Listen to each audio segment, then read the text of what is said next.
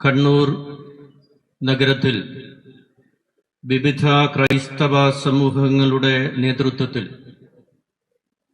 പ്രതിഷേധാഗ്നി റാലിയും പൊതുസമ്മേളനവും ഇവിടെ നടത്തപ്പെടുകയാണ്.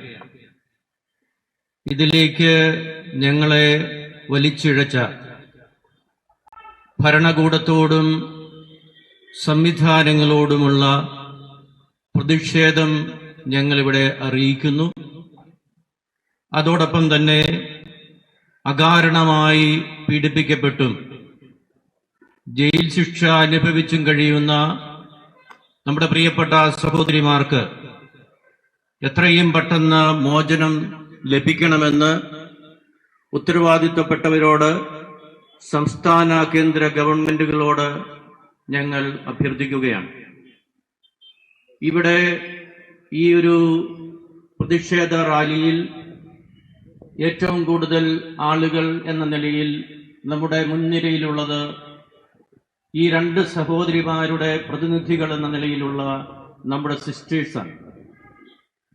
ഈ കേരള സംസ്ഥാനത്ത് ഈ കണ്ണൂർ ഉൾപ്പെടെയുള്ള പ്രദേശങ്ങളിൽ സ്കൂളുകളില്, കോളേജുകളില്, ആതുര ശുശ്രൂഷ രംഗത്ത്, ഭിന്നശേഷിയുള്ളവരുടെ പ്രവർത്തനങ്ങളിൽ, അവരുടെ പുനരധിവാസങ്ങളിൽ എല്ലാം ഈ കാലങ്ങളിൽ മുഴുവനും നമ്മുടെ ഈ സഹോദരിമാരൊക്കെ സേവനം ചെയ്തുകൊണ്ടിരിക്കുകയായിരുന്നു. കേരളത്തിന്റെ സ്ഥിതി 2025 എത്തി നിൽക്കുന്ന സ്ഥിതി ആയിരുന്നില്ല 75-80 വർഷങ്ങൾക്ക് മുൻപ് ഉണ്ടായിരുന്നത്.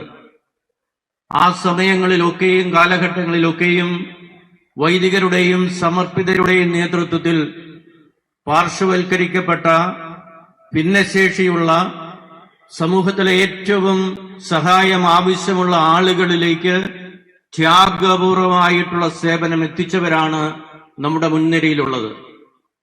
അതുകൊണ്ടുകൂടിയാണ് കേരള സംസ്ഥാനം ഇന്ന് വലിയ വികസനത്തിലേക്ക് പോയത്.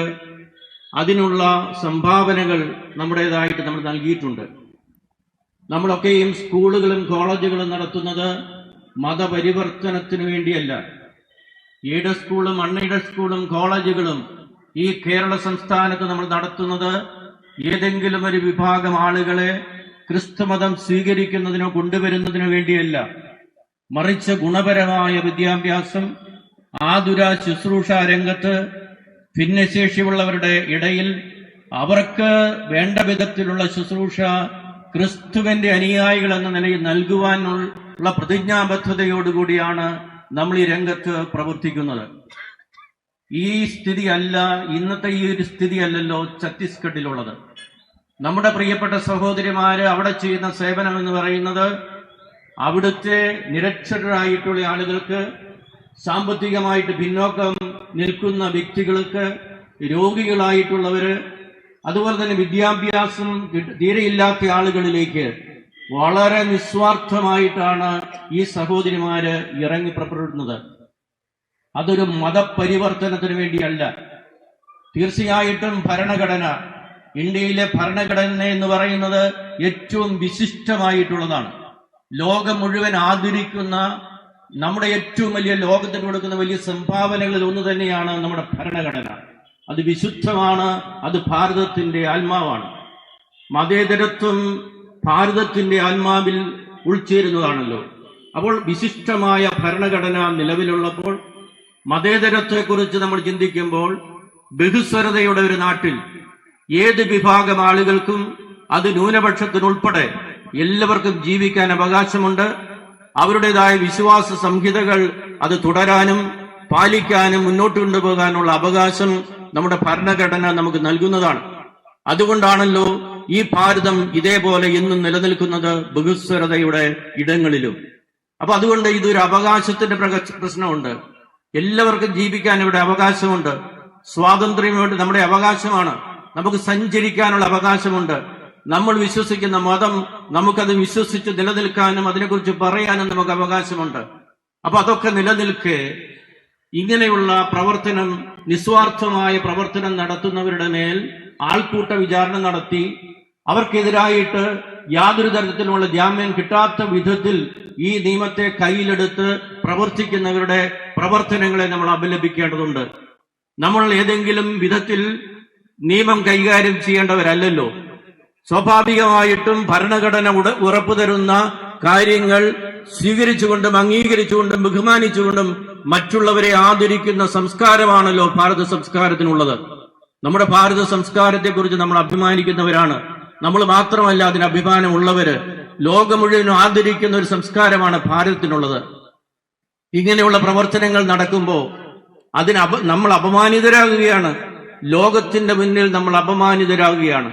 അഭിമാനത്തോടുകൂടി പറയേണ്ട ഭരണഘടന നിലനിൽക്കുമ്പോൾ, മതേതരത്വം നിലനിൽക്കുമ്പോൾ, നമ്മുടെ ബഹുസ്വരത എന്ന വലിയ ലോകത്തിൽ ഉയർത്തിക്കാട്ടാവുന്ന വലിയൊരു സംഭാവനയായിട്ട് ലോകത്ത് നമ്മൾ നൽകുമ്പോൾ നമ്മൾ ഇങ്ങനെയൊക്കെയുള്ള ഒറ്റപ്പെട്ട സംഭവങ്ങൾ അത് ഒറ്റപ്പെട്ടതായിട്ട് നമ്മൾ കരുതേണ്ടതില്ല. മറിച്ച് ആസൂത്രിതമായി നമ്മൾ ചെയ്യുന്ന നന്മ പ്രവൃത്തികളെ തെറ്റിദ്ധാരണയുടെ പുറത്തല്ല, ആസൂത്രിതമായിട്ട് തന്നെ നമ്മെ അവഹേളിക്കുകയും ജയിലിലാക്കുകയും ചെയ്യുന്ന നടപടികൾ അപലപനീയമാണ്. അത് ആവർത്തിക്കപ്പെടേണ്ടതല്ല. അത് ഭരണകൂടങ്ങൾ ശ്രദ്ധിക്കേണ്ടതുണ്ട്. രാഷ്ട്രീയ പ്രവർത്തകരെ ശ്രദ്ധിക്കേണ്ടതുണ്ട്. എല്ലാവരെയും നമ്മൾ സ്നേഹിക്കണം, ആദരിക്കണം, ക്ഷമിക്കണം. എല്ലാവർക്കും അവകാശമുണ്ട്. ഒരാൾക്കുള്ളതുപോലെയുള്ള അവകാശം മറ്റുള്ളവനുമുണ്ട്.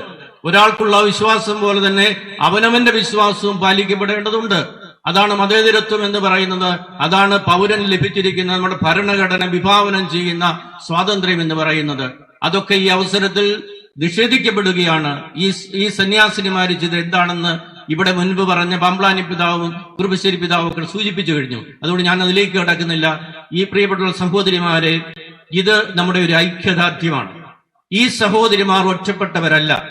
ഈ രണ്ട് സഹോദരിമാരുടെ കൂട്ടത്തിൽ ഇവിടെ സന്നിഹിതരായിരിക്കുന്ന ഈ ഭാരതത്തിലുള്ള മുഴുവൻ ക്രൈസ്തവര് മാത്രമല്ല, നാനാജാതി മതസ്ഥരായിട്ടുള്ള സുമനസ്സുകളായിട്ടുള്ള ആളുകൾ നിങ്ങളുടെ പിന്നിലുണ്ട്. നിങ്ങളുടെ പ്രവർത്തനങ്ങളെ ഞങ്ങൾ ആദരിക്കുന്നു, ബഹുമാനിക്കുന്നു. നിങ്ങളെ ഒറ്റപ്പെട്ടും ആക്രമിക്കാനും ഞങ്ങൾ ഒരു കാരണവശാലും വിട്ടുകൊടുക്കുകയില്ല എന്ന് പറയാൻ ഞങ്ങൾ ആഗ്രഹിക്കുന്നു.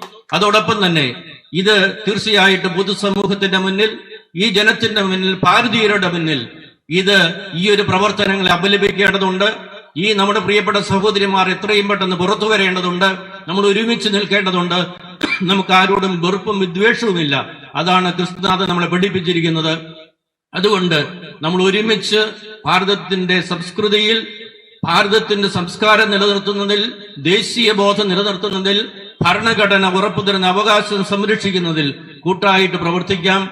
നമുക്ക് ഈ സന്യാസിനിമാർക്ക് വേണ്ടി പ്രാർത്ഥിക്കാം, അവരുടെ കുടുംബങ്ങൾക്ക് വേണ്ടി പ്രാർത്ഥിക്കാം. അതോടൊപ്പം തന്നെ നമ്മുടെ ഇടയിൽ പ്രവർത്തിക്കുന്ന നിസ്വാർത്ഥ സേവനം ചെയ്യുന്ന എല്ലാ സഹോദരിമാരെയും അംഗീകരിക്കുകയും ബഹുമാനിക്കുകയും ചെയ്തുകൊണ്ട് സമൂഹത്തിന് നല്ല മാതൃക കൊടുക്കാം. അങ്ങനെ എത്രയും പെട്ടെന്ന് ഈ സഹോദരിമാർ പുറത്തു വരട്ടെ എന്ന് ആശംസിക്കുകയും അതിനുള്ള നിയമ നടപടികൾ ഉണ്ടാവട്ടെ എന്ന് ആഗ്രഹിക്കുകയും പ്രാർത്ഥിക്കുകയും ചെയ്തുകൊണ്ട് ഞാൻ എന്റെ വാക്കുകൾ ഉപസംഹരിക്കുന്നു. നന്ദി, നമസ്കാരം.